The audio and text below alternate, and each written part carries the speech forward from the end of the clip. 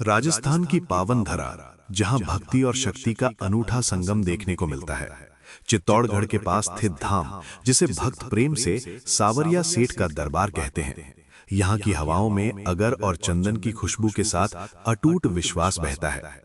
इसी पावन धाम की छाया में ये अद्भुत सत्य कथा आकार लेती है। उसी कस्बे में एक अत्यंत साधारण और निर्धन व्यापारी रहता था, जिसका नाम था मनोहर दास। मनोहर स्वभाव से बहुत ही कर्मठ था, लेकिन दुर्भाग्य मानो उसका साया बनकर साथ चलता था। वो कपड़ों का छोटा मोटा व्यापार करता था। उसके पास न कोई पक्की दुकान थी और न ही जमा पूंजी। बस एक पुरानी चरचराती लकड़ी की हाथ गाड़ी थी, ठेला था, जिस पर वो सस्ते कपड़े और कटपीस लादकर गली गली कपड़े ले लो की आवाज लगाता था। मनोहर के परिवार में उसकी धर्मपत्नी राधिका और 2 फूल से बच्चे, बेटा कान्हा और बेटी मीरा थे। राधिका एक समझदार और संतोषी महिला थी, जिसने गरीबी में भी कभी मनोहर को टूटने नहीं दिया। लेकिन जब बच्चे भूख से बिलखते और मनोहर शाम को खाली हाथ लौटता, तो राधिका की आंखों का सूनापन मनोहर के हृदय को छलनी कर देता था। जेठ का महीना था, आसमान से आग बरस रही थी। राजस्थान की लू यानी गर्म हवा बदन झुलसा रही थी। मनोहर सुबह से भूखा प्यासा अपना ठेला खींच रहा था। उम्मीद थी कि आज कुछ बिक्री होगी तो घर में आटा जाएगा। अचानक एक चौराहे पर ठेले का पहिया गटर के ढक्कन से टकराया और ठेला पलट गया। कपड़े की गठरियां धूल और कीचड़ में जा गिरी। मनोहर बदहवास होकर उन्हें उठाने दौड़ा, लेकिन तब तक कई कपड़े खराब हो चुके थे और कुछ हवा में उड़ गए थे। वो वहीं सड़क किनारे सिर पकड़कर बैठ गया। उसकी आंखों के सामने अंधेरा छा गया। उसने आसमान की ओर देखा और चिल्लाया, हे सांवरिया सेठ, आखिर कब तक? क्या बिगाड़ा है मैंने तेरा? मैं मेहनत से जी चुराता नहीं, बेईमानी में करता नहीं, फिर ये सजा क्यों? तभी उसके मन में एक बिजली सी कौंधी। उसने सोचा, व्यापार में घाटा तब होता है जब हमारा पार्टनर यानी साझेदार कमजोर हो या नसीब खराब हो। मेरा नसीब तो खोटा है ही, क्यों ना पार्टनर उसे बना लूं जो पूरी दुनिया का मालिक है। मनोहर ने अपना बिखरा हुआ सामान समेटा और सीधे सांवरिया सेठ के मंदिर की ओर चल पड़ा। उसके पैर नंगे थे, तलवे जल रहे थे, लेकिन मन में एक अजीब सी जिद थी। मंदिर के गर्भगृह के सामने पहुंचकर वो फपक फपक कर रो पड़ा। उसने हाथ जोड़कर सांवरिया सेठ की मूर्ति से बातें करना शुरू किया। सुनो सरकार, बहुत हो गया। अकेले गाड़ी खींचते खींचते मैं थक गया हूं। आज से मैं अपनी हार स्वीकार करता हूं। अब से ये व्यापार मेरा नहीं, तुम्हारा है। आज से तुम मेरे बिजनेस पार्टनर हो। मुनाफा तुम्हारा, घाटा तुम्हारा, मेहनत मेरी, किस्मत तुम्हारी। बोलिए सेठ जी, मंजूर है साझेदारी? आसपास खड़े लोग मनोहर को पागल समझ रहे थे, लेकिन मनोहर को मूर्ति के होठों पर एक हल्की सी मुस्कान दिखाई दी। उसे लगा जैसे किसी ने उसके कान में कहा हो, मंजूर है मनोहर। अगले दिन सुबह का नजारा बदला हुआ था। मनोहर ने अपने पुराने ठेले को धो पोंछकर साफ किया।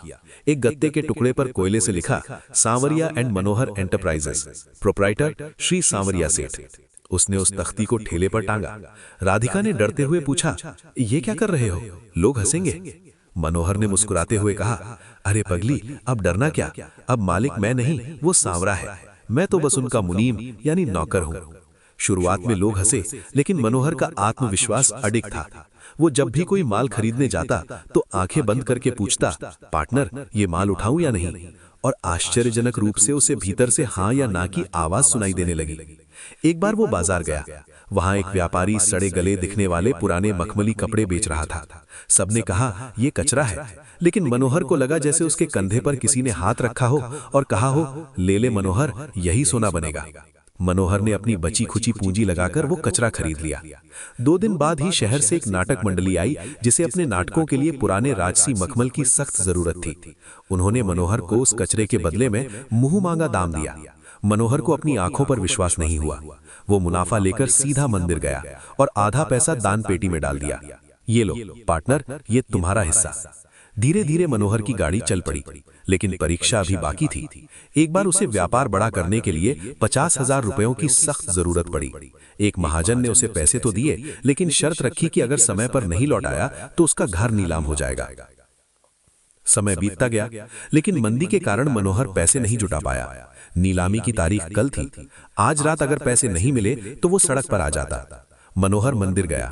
आज वो रोया नहीं, बल्कि अधिकार से बोला, सेठ जी, इज्जत मेरी नहीं जाएगी। फर्म के बोर्ड पर नाम आपका है। अगर कल नीलामी हुई तो लोग कहेंगे कि सांवरिया सेठ अपने पार्टनर को नहीं बचा पाए। देख लो, अब साख तुम्हारी दांव पर है। वो घर लौट आया और सो गया। उसी रात मंदिर के मुख्य पुजारी को स्वप्न आया। भगवान ने कहा, मेरा एक साझेदार मुसीबत में है, उसका हिस्सा मेरे पास रखा है, उसे दे आओ। पुजारी जी हड़बड़ा कर उठे। वे दान पात्रों के हिसाब किताब वाले कक्ष में गए। वहां उन्हें एक लिफाफा मिला जिस पर लिखा था मनोहर का लाभांश। उसमें ठीक 50,000 रुपए थे। पुजारी जी ने सुबह होते ही वो लिफाफा मनोहर के घर भिजवा दिया। मनोहर ने जब वो लिफाफा देखा तो वो फूट फूट कर रो पड़ा। उसमें एक पर्ची भी थी, हिसाब बराबर मुनीम जी, अब आगे का काम देखो।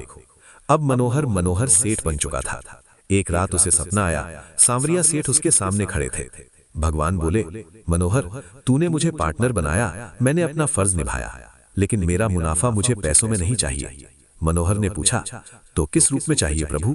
भगवान ने कहा, मेरे हिस्से के मुनाफे से उन गरीबों की मदद कर जिनके पास ठेला चलाने की भी ताकत नहीं है, भूखों को भोजन करा, यही मेरा लाभांश है। अगले दिन से मनोहर ने एक नियम बना लिया, अपनी कमाई का 50% हिस्सा वो सीधे समाज सेवा में लगाने लगा। उसने मंदिर के पास एक बड़ी दुकान खोली, सांवरिया ट्रेडिंग कंपनी। वर्षों बीत गए, मनोहर अब बूढ़ा हो चला था। उसकी दुकान पूरे राज्य में प्रसिद्ध थी। एक शाम भारी बारिश हो रही थी, दुकान बढ़ाने का समय था। तभी एक नवयुवक दुकान पर आया। उसका रंग सांवला था, बदन पर पीतांबर थे और चेहरे पर एक मोहिनी मुस्कान। युवक ने कहा, बाबा, बहुत साल हो गए साथ काम करते हुए, कभी अपने पार्टनर को चाय नहीं पिलाओगे? मनोहर हिसाब की बही में सिर गड़ाए बैठा था। उसने बिना देखे कहा, बेटा, दुकान बंद हो गई है, कल आना। युवक हंसा। वो हंसी जानी पहचानी थी। तो क्या अब मुनीम ही मालिक को दुकान से निकालेगा? ये सुनते ही मनोहर के हाथ से कलम छूट गई। उसने सिर उठाकर देखा, सामने वही छवि थी जो मंदिर में थी, बस वो अब सजीव थी। मनोहर दौड़कर चरणों में गिर पड़ा। प्रभु, आप? भगवान ने उसे उठाया और गले लगा लिया। मनोहर, दुनिया मुझसे केवल मांगती है, लेकिन तूने मुझे अपना साथी बनाया। जिसने मुझे अपने सुख दुख, लाभ हानि सब में शामिल कर लिया, मैं उसे कैसे छोड़ सकता हूँ? इतना कहकर वो छवि ओझल हो गई, लेकिन दुकान में चंदन की खुशबू छोड़ गई। मनोहर दास ने अंतिम सांस तक उस साझेदारी को निभाया। आज भी लोग कहते हैं कि मनोहर की दुकान में कोई ग्राहक खाली हाथ नहीं जाता था, क्योंकि वहां गल्ले पर मनोहर नहीं, स्वयं सांवरिया सेठ बैठते थे। मित्रों, ये कहानी हमें सिखाती है कि ईश्वर से केवल मांगो मत, उन्हें अपने जीवन का हिस्सा बनाओ। जब हम अपने कर्म और परिणाम दोनों ईश्वर को सौंप देते हैं, यानी साझेदारी कर लेते हैं, तो चिंता हमारी नहीं, उनकी हो जाती है। सच्ची भक्ति वही है जहां भक्त और भगवान में कोई दूरी न रहे, बस एक अटूट रिश्ता बन जाए।